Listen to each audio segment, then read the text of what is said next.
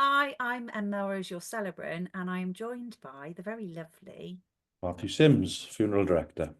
and we're here in unedited, raw conversation to help you and inform you a little bit more about what you need to do when you might be in a situation where you're having to arrange a funeral. Because it's not something that we think about, it's not something that we're taught, um, but it's a really important part of the grieving process and the healing process. So we want to make it a little bit easier.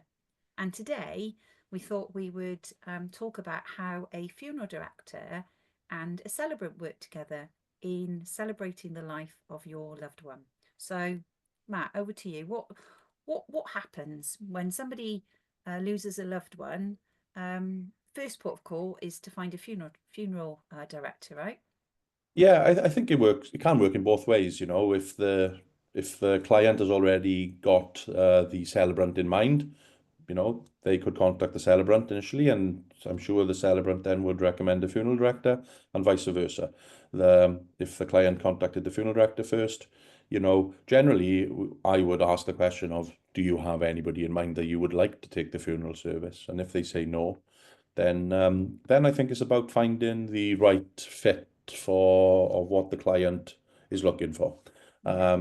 And the funeral director looks after the funeral, and then the celebrant would look after what the content of the funeral service would look like. Yeah. So what happens? So in terms of your role as the funeral director, let's say the family have appointed you. Can you just, tell me what are the things that you will do?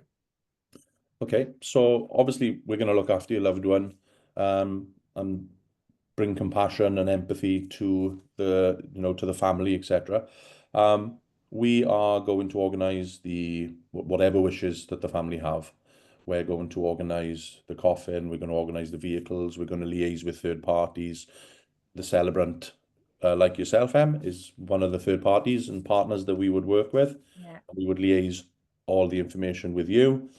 Um, and then you would obviously liaise with the family regarding all of the service content. Yeah. So But your role, Matt, is to care for the loved one's body, yes, right? And it's also your responsibility to engage with the burial ground, be that a cemetery or crematorium for when the yeah, service can take place. absolutely.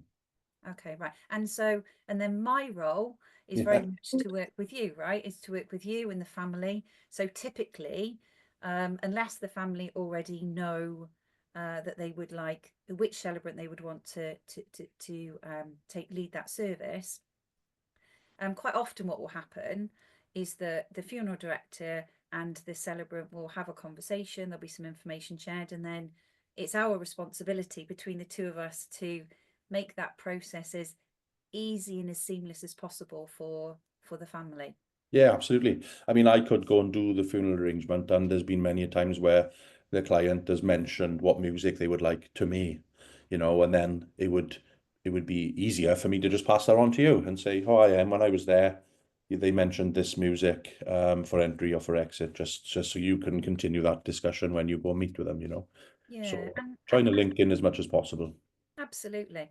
And for me, it's about that space to be able to represent the family, represent that loved one's family. And I think you and I both come from the place that a celebration of life or a funeral is not so much about the person who has died, but it's more about those that are still here and creating that space for them to pay their last respects, to grieve together, to gain support from each other, um, and to kind of share that moment to honor that person's life, right? Yeah, definitely. The funeral is the mourning of that person who's been, who's lost. But it's definitely for the people that are still left behind, so that we can say that goodbye. Yeah, and that mourning um, can look like laughter, right? It can Yeah, look like yes, there's going to be sadness and we're saying goodbye, but it doesn't have to be a solemn occasion. I think that would be fair to say, wouldn't it? absolutely. And the joy of for you and I to be able to be in this profession is about the privilege that we have to support families and loved ones to be able to say goodbye to their person in as unique a way as they can, with recognizing that there might be some boundaries that there are, but don't ask, don't get, right? Yeah, absolutely. And I think you used the word privilege there, and we really do consider it a privilege when we're asked to carry out a service for somebody. It's the last duty that you can do for that one person. And to be asked to arrange that and organize it is very special. And, we don't take that role lightly. Absolutely. And I think that is Either of such an us. important thing, isn't it? That that connection that that family has with the funeral director for whoever is leading their service, be that a celebrant or a religious minister, the honour that we have to be able to Yeah. do that. And it's an honour and a privilege to work with you. So Same, the same.